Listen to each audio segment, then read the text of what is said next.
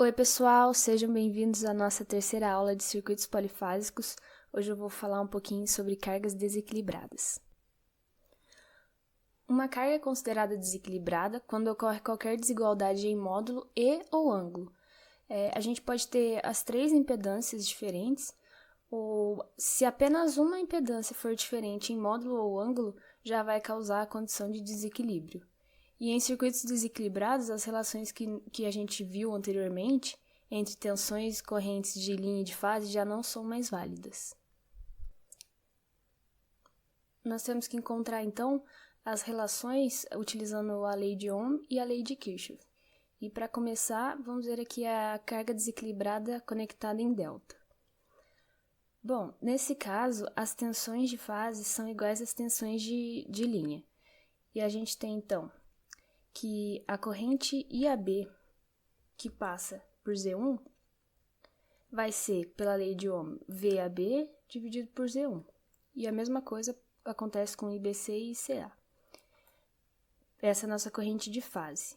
Aí, como nós não podemos fazer diretamente por raiz de 3, para achar a corrente de linha, nós analisamos assim, então. Essa corrente de linha IA chega nesse nó e vai se dividir entre Z1 e Z3. Né? Vai ser a corrente, então, IAB e a corrente IAC. A soma dessas duas é igual a IA. Mas a gente não tem o IAC, a gente vai calcular o ICA.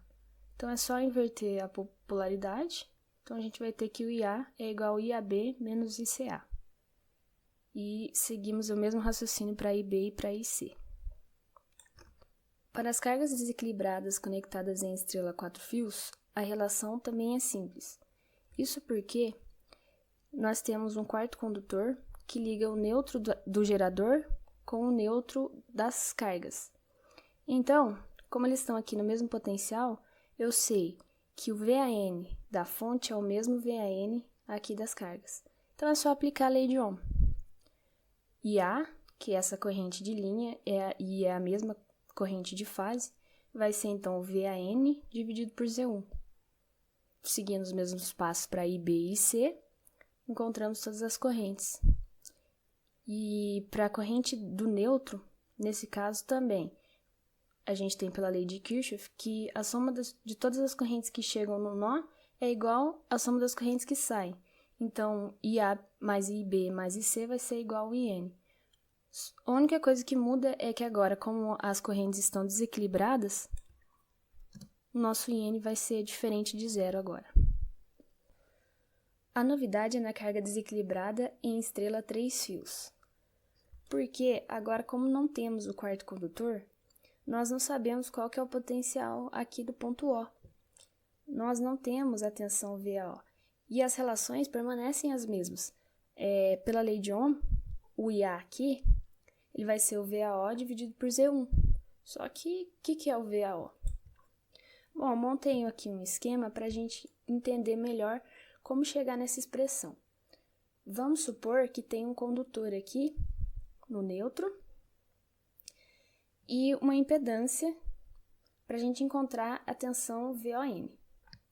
Aplicando a lei de Kirchhoff das tensões, adotando uma corrente aqui no sentido horário, nós vamos ter aqui um ganho de tensão VAN, depois uma queda VAO e outra queda aqui VON. Então, vai ser VAN menos VAO menos VON. Assim, a gente encontra o VAO que precisamos para encontrar a corrente IA. E da mesma forma para IB e IC. Bom, aqui eu considerei impedância, mas a gente pode considerar aqui também em aberto que a relação vai ser a mesma. Eu só fiz isso para a gente entender melhor aqui, considerando a corrente circulando. E a partir disso, nós vamos nos deparar com outro problema, que é a tensão VON, que a gente não tem. Essa tensão é chamada de tensão de deslocamento, que é a diferença da tensão O e a tensão N. Esse é o condutor neutro também, só que das cargas. E aí, como que a gente faz? Para isso, a gente tem que considerar um outro ponto aqui. Pela lei de Kirchhoff, todas as correntes que chegam nesse nó tem que ser igual à soma das correntes que saem. Então, como está chegando A, e B e C e não está saindo nada, a gente sabe que isso vai ser igual a zero. Então, nós temos IA mais IB mais IC igual a zero. Assim, substituindo as relações que a gente encontrou, que é o IA mais IB mais IC, por VAO dividido por Z1 e assim sucessivamente, nós vamos ver o seguinte. Por essa relação aqui, substituindo, vamos ter VAN menos VAN dividido por Z1, mais isso vai ser igual a zero. Bom, a gente aqui, então, manipula a equação de forma a isolar o VON, que é o que nós queremos descobrir, é a nossa tensão de deslocamento de nêutron, e vamos chegar nessa expressão aqui, onde o VAN, VBN e VCN são as tensões de fase fornecidas pelo gerador, que a gente vai ter, esses valores vão ser dados, assim como as impedâncias Z1, Z2 e Z3, que também serão fornecidos. E assim a gente consegue, então, calcular o que nós desejamos. Pelo diagrama fasorial, a gente pode ver aqui também que o ponto neutro está bem aqui no centro, que é o neutro da fonte, né? E o ponto O pode estar em qualquer lugar. Isso vai depender apenas do desequilíbrio da carga. Pessoal, vamos resolver um exercício agora, então, para fixar bem o que a gente viu, com a abordagem aqui da configuração estrela e da configuração delta desequilibradas. Além disso, também com as impedâncias de linha. Bom, ele fornece aqui para a gente a tensão de fase, VCN, e a tensão de linha, VBC. E ele pede para determinar os fasores das correntes de linha totais fornecidas pelo sistema. A primeira coisa que a gente tem que fazer, então, é descobrir qual que é a sequência de fases do sistema. Passando essa tensão de linha, VBC, para a tensão de fase, VBN, considerando que no gerador há a condição de equilíbrio, apenas as cargas que estão desequilibradas, mas no gerador aquelas relações que a gente tinha visto ainda valem. Então, o VBN aqui a gente pode fazer 220 dividido por raiz de 3, a gente chega em 127, e no caso da sequência de fase direta, nós vamos subtrair 30 graus, né? Aí chegamos em 25 graus, e para a sequência de fases inversas, nós vamos somar 30 graus. E a gente chega aqui em 85. A partir disso, a gente pode montar, então, um diagrama fasorial, onde o VCN aqui é fornecido com um ângulo de menos 155, que foi dado. Então, ele vai estar para cá, com ângulo de menos 155, e a gente faz a seguinte análise. Na sequência de fase direta, o VBN estaria aproximadamente aqui, com ângulo de 25 graus. Só que ele não teria uma relação de defasagem de 120 graus com o VCN. Já na sequência de fases inversa, o VBN ele vai estar aqui, com ângulo de 85 graus, e aí sim ele vai ter a relação de 120 com o VCN. Então, pelo diagrama montado, só pode ser a sequência de fases inversa. E a partir disso, a gente tem, então, as tensões de fase, que a gente obtém por essa relação aí de 120 graus, e as tensões de linha, como vocês podem ver. Feito isso, convém que a gente converta a nossa conexão que estava em estrela para delta. Assim, nós conseguimos fazer o paralelo entre as cargas, mas só se as duas estiverem conectadas em delta. Então, nós fazemos a conversão estrela-delta, onde todos esses valores de impedância aqui são das cargas em estrela, e aqui essas impedâncias são da configuração delta que a gente quer obter. Pelas fórmulas que a gente viu na primeira aula, nós vamos substituir os valores e vamos chegar nessas igualdades aqui.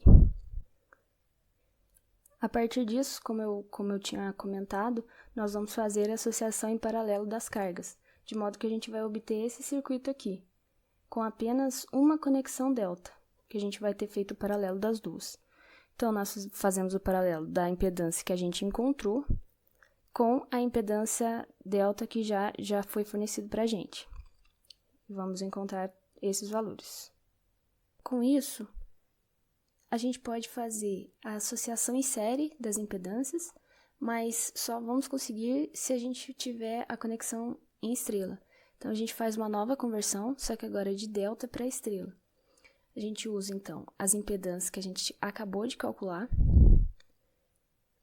para encontrar as impedâncias da conexão estrela. A gente substitui, então, os valores e vamos chegar a esses valores aqui. A partir disso, então, a gente só faz a soma das impedâncias da conexão estrela com as impedâncias de linha. Simplificando, vamos ter esse circuito aqui. Então, a gente faz o ZA3, que a gente acabou de encontrar, mais as impedâncias de linha, e assim também para as outras impedâncias. Por fim, a gente chega, então, nesse circuito simplificado que nós acabamos de ver no início da aula, que é o caso da conexão estrela a 3 fios, onde a gente vai precisar usar a tensão de deslocamento do neutro.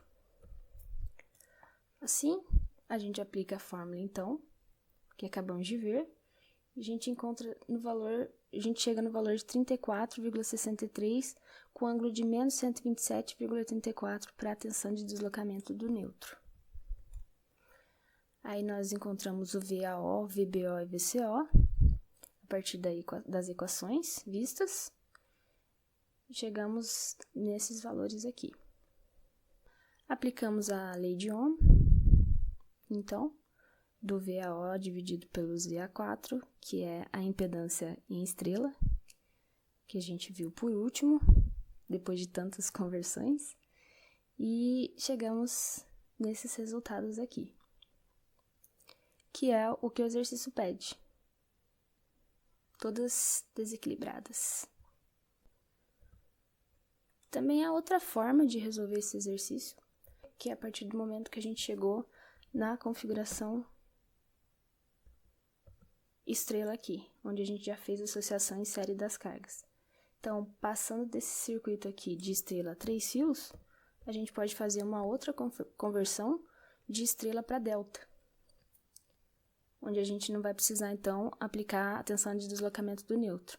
Mas a gente aplica, então, essa fórmula da conversão para chegar nas impedâncias da conexão delta. Chegaremos nesses valores aqui. E aí, aplicamos direto a lei de Ohm, chegando nesses valores aqui para as correntes, só que são correntes de fase.